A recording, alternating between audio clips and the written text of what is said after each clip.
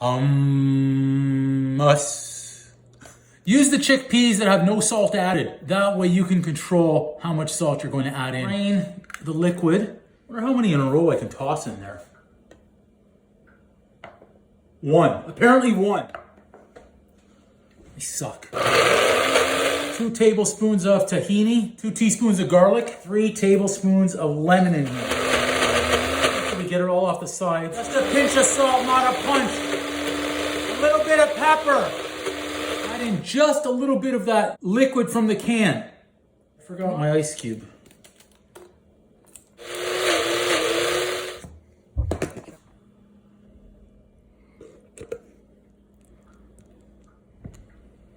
Finish it off with a little drizzle of olive oil, paprika touch, kiss it.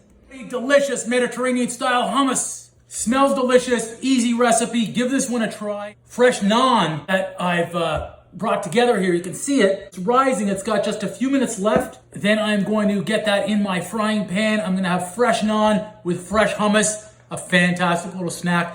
Make sure you check out that recipe. Perfect. Oh yeah.